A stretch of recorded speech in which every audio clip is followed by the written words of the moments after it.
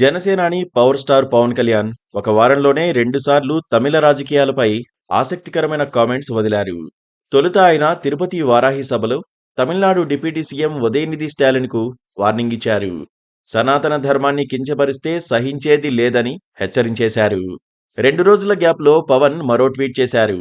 అన్నాడీఎంకే వ్యవస్థాపకుడైన పురచ్చి తలైవర్ ఎంజీఆర్ పట్ల తనకు ప్రేమ, అభిమానం ఉన్నాయని, చెన్నైలో ఉండే రోజుల్లో ఆయన్ను ఎంతగానో ఆరాధించేవాడినని చెప్పుకొచ్చారు. ఈ సందర్భంగా చెన్నై మైలాపూర్ బడిలో తమ తమిళ ఉపాధ్యాయుడు చెప్పిన తిరుక్కురల్ కవితను కూడా ప్రస్తావించారు. పైగా అక్టోబర్ 17న జరుపుకునే అన్నాడీఎంకే వ్యవస్థాపక దినోత్సవానికి ఇప్పుడే ఆయన శుభాకాంక్షలు తెలియజేశారు. చిన్నతనంలో చెన్నైలో ఉన్న కారణంగా పవన్ కళ్యాణ్కు తమిళ భాష పట్ల అభిమానం ఉండడం సహజమే.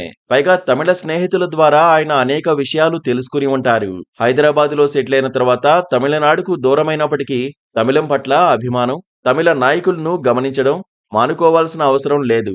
అయితే పవన్ కళ్యాణ్ ఇప్పుడు వ్యాఖ్యలు చేస్తున్న టైమింగ్ను కూడా ఆలోచించాల్సి ఉంది. పవన్ ఇప్పుడు బీజేపీతో పొత్తులో ఉన్నారు.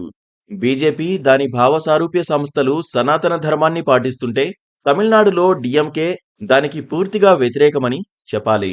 కొన్ని రోజుల క్రితం ఉదయనిధి స్టాలిన్ సనాతన ధర్మాన్ని వైరస్తో పోల్చి దాన్ని పూర్తిగా రూపుమాపాలని పిలుపునిచ్చారు.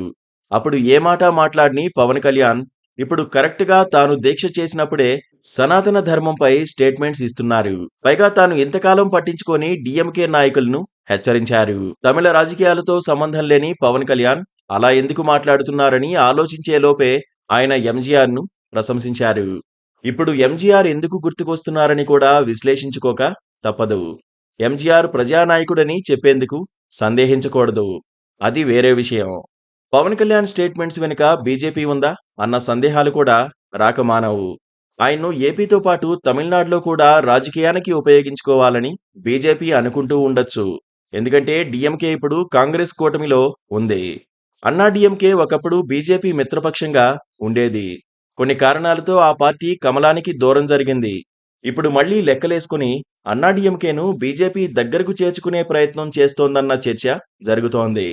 కాగల కార్యం గంధర్వులు చేశారు అన్నట్లుగా ఆ పని పవన్ కళ్యాణ్తో చేయించాలని బీజేపీ భావిస్తుండొచ్చు. 2026లో తమిళనాడు అసెంబ్లీ ఎన్నికలపై కమలం ఫోకస్ పెట్టింది. లేకపోతే ఏపీ పాలిటిక్స్లోనే నిండా మునిగిపోయి తీరికలేని పవన్ కళ్యాణ్ తమిళ రాజకీయాలపైన, అక్కడి నాయకులపైన ఎందుకు మాట్లాడతారు చెప్పండి. Please subscribe to KTV Telugu. KTV Telugu. KTV Telugu. KTV Telugu. KTV Telugu. KTV Telugu channel.